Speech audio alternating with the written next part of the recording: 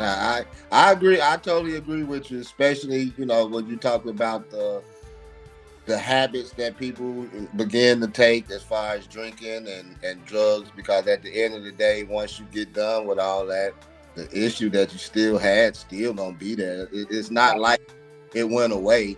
And so one of the things is, and I appreciate that too, is that being in touch with your spiritual side, your spiritual being, and know that it's something greater than we are. Because as you said, if it wasn't, me and you wouldn't be able to be sitting here talking to one another. And we and we know that one day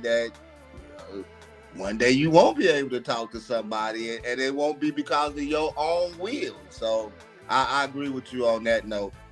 So what was it that was eye opening to you that first happened to you when you first opened up your practice? I realized that no one had taught me anything about money or business. Mm, I just I was kind of ignorance on fire. I'm going to open up my practice because I wanted to practice on principle. I didn't want to put more fear into people that they had to come see me all the time. I didn't want to do insurance because I didn't like their what they wanted. They wanted to dictate how I practiced. They wanted me to fix people. They wanted to turn me into a medical model. It was about wellness. I knew how I healed. It wasn't a quick fix. I'm not trying to cure anybody or fix symptoms. So I really wanted to practice on principle. And so I just realized, I'm like, oh, now I have to get people here in my practice. And I'm like, now they're going to think I'm telling them to come to me because I have to make money. Like, that just didn't feel good. And then I thought about, well, how many people do I have to adjust to just pay the rent in my office? Or, all my other life expenses. And I thought, this is crazy. No wonder people do things for money that aren't right, even compromising their principles. So I started reading. I figured I had to start to teach myself about money. And I read Rich Dad, Poor Dad by Robert Kiyosaki. Are you familiar with that book? that's one of the most popular books out right now. You see Right. that everywhere, the programs, the books, and a lot of people say it changed their lives. Yeah, I mean, the way chiropractic changed the way I viewed health is the way that book, I forever changed the way I looked at money. And I realized that we have to not just be trading time for money. We have to start to learn to build multiple streams of income and asset wealth and understand economics and understand that for me, it was important because I realized money was kind of dictating all the choices I made in life. And I also realized that's what was happening to people that I was seeing. What was one of the most stressful things that they dealt with? Money. They went to a job every day, whether they liked it or not, to pay their bills. It dictated how they took care of their health. It dictated how the choices of food they ate, whether they could afford organic or not, whether they could afford holistic treatments or not, if insurance didn't pay. It dictated how much time they had to spend with their kids. Like, it's important.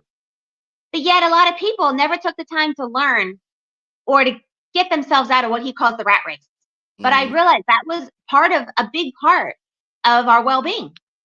That makes a lot of sense, especially because money, it dictates a lot of things that you do. Like you say, sometimes you wake up and go to a job that you really don't want to go to, but because you got to pay the bills, because you got to put food on the table, it dictates what you have to do. I never forget when I was younger, my father. I never forget him telling me. He say, "Man, he say go to school and get your education so you can have a career. Like yourself, have a career that you wake up every day and enjoy going to do, instead of having to have a job that you still got to wake up every day and go to that you don't want to." So that always stuck with me when he told me that. When you said that, it's kind of reminiscent to Yeah, have.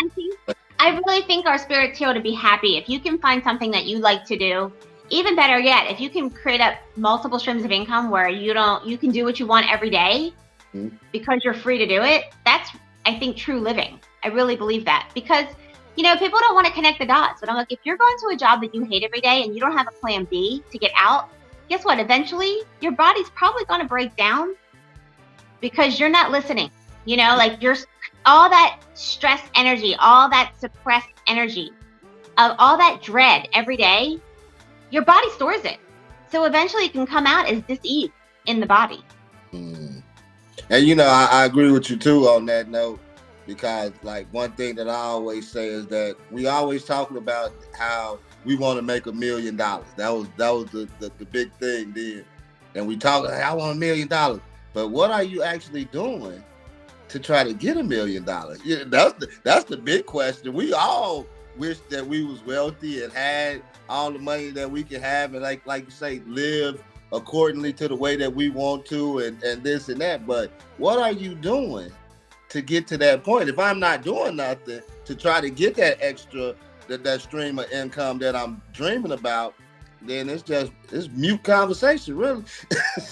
Yeah. And can you know the other part that I've learned, and this is for my own journey of trying to get myself straight financially, right? What happens is the journey towards the $1 million is actually just as important or more important than having the $1 million, because you have to uncover all those limiting beliefs of lack, poverty consciousness, all those things that you hold yourself back, that we were probably raised in the culture or your family or whatever. That is really diseased energy in the body. We are abundant beings, but you have to, somebody can just throw $1 million in your lap. But if you haven't done the work in order to hold that $1 million, do you know what I'm saying? To hold the energy space of that $1 million, Yeah. it can cause just as much stress. So I believe the journey of creating the financial freedom is working to become financially free in the mind, And yeah, boy, I guess we probably go on this forever and ever, because I understand what you're saying on that. Because a lot of times when things are given to you and you haven't worked for it, you don't understand the trials and tribulations of certain things in life. Like you say, the journey. There's some things when you striving for that pride, for that chiropractic doctorate, and you're going to school. It's going to be some ups and downs. It's going to be right? some trials that you go through, some days that you want to give up, but it's that inner, like you said, that inner being, that inner energy that keeps you moving forward, and it makes you appreciate things better when you go through the journey. It's who you become in the journey is everything. And I believe that. And so let's get off of that, because we can stay on that one all day. So tell me, what do you recommend that a person start off from to start their healing journey? Yeah, I think one of the easiest things you can do is become aware of what you want. So I think putting pen to paper is really important. I believe that is something very healing that happens for your brain when you actually put pen to paper. I know we're so technology focused today. We put stuff on our phone, but if you actually get pen and paper and write, the writing stirs up a creative process also. It's very healing. And just start asking yourself, am I living my desired life? Like, is everything in my life the way I want it to be? And if it's not, what would you change? Or what do you want your life to look like? And if that's too big for some people to answer, I think the only reason it may be too big for somebody to answer is because a lot of people don't believe that they can actually have what they want, right? What they dream is their ideal life, they think it's too good to be true. But you have to acknowledge what you want, because eventually, I believe what happens is you start getting signs to how to get there. Little pieces show up. You can write down inspiration. If you don't know what you want your life to look like yet, you can start. Another great place to start is just making a gratitude list. What are the blessings in your life now?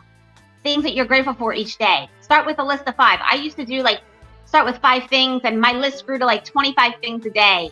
And I realized it shifted my focus from looking at what was wrong with my life to what was right.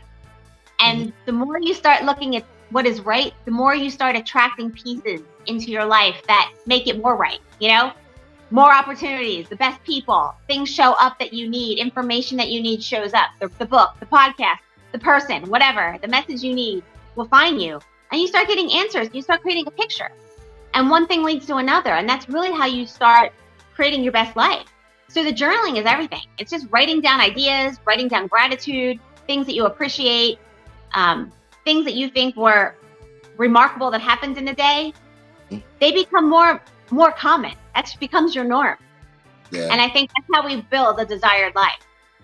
And I believe that too, because we say with the spiritual being, I know somewhere it says that write the vision down plain so that they who see it, so you have to write that vision down, write that thing down.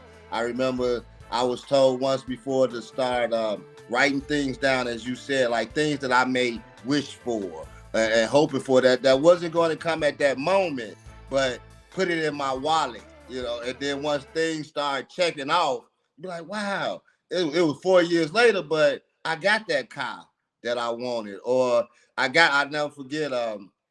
Me and my wife, we were staying in a condo, and so I had wrote on the wall I wrote on the, like little sticky notes or whatever. So I wrote on the sticky note the vision and what I was, Lord, open, expand our territory. And I think that it stayed on there for like 7, 8 years, and eventually he expanded our territory. So it's the things that you put out there in the atmosphere, and these are the things that you're striving for.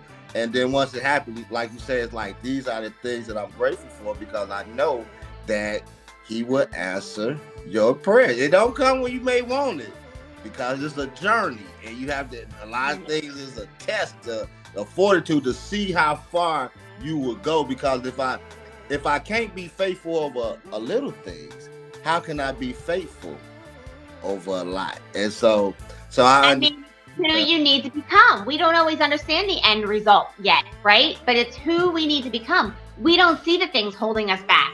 Otherwise, obviously, there would be there'd be no journey. I mean, that's why we're here in life. We're here to learn to create our heaven on earth. I really believe that. Yeah, yeah, I believe you too. And so, my last question I'm gonna ask you on this: so what are the biggest obstacles?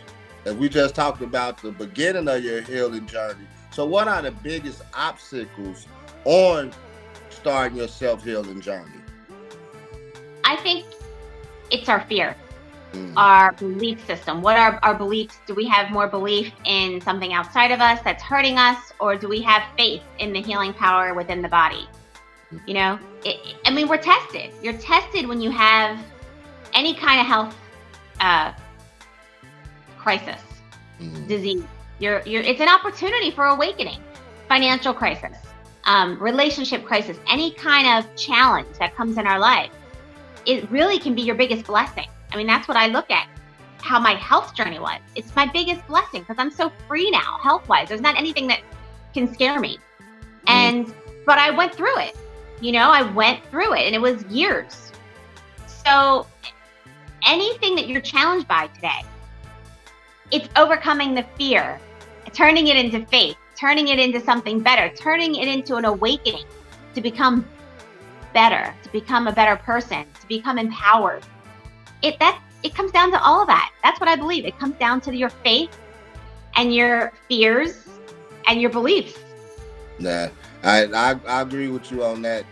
You said something when you said, the relationships, and when you go through sickness and health, and that fear just creep in, and so you let that be your obstacle that you can't get past because of the fear. So I totally agree with you on that. So are there any projects that you're working on right now that we can look forward to in the near future? Well, I have a website. It's creatingmydesiredlife.com. And you can go on there and ask me a question. You can get on my emailing list, or you can find my book there. It's called My Journey to Grace. Okay. So is that all your social media outlets that we can reach you on? What about Facebook? Yeah, it's Dr. Lynn Carey. YouTube and Instagram, Dr. Lynn Carey. Okay, well, you're gonna have a new follower after we get off this show today, and me. And so Awesome. I thank you for coming on the show today. And so I wish you great success in your practices. I wish your son success in the trades that he's trying to do. And so I just thank you for coming on today. I appreciate you having me. Thank you, CJ. Okay. Hey, you have been listening to the CJ Moneyway Show with Dr. Lynn Carey. Hey, thank you for tuning in. Peace. We out. Hey, hold on one second, Lynn, Doctor.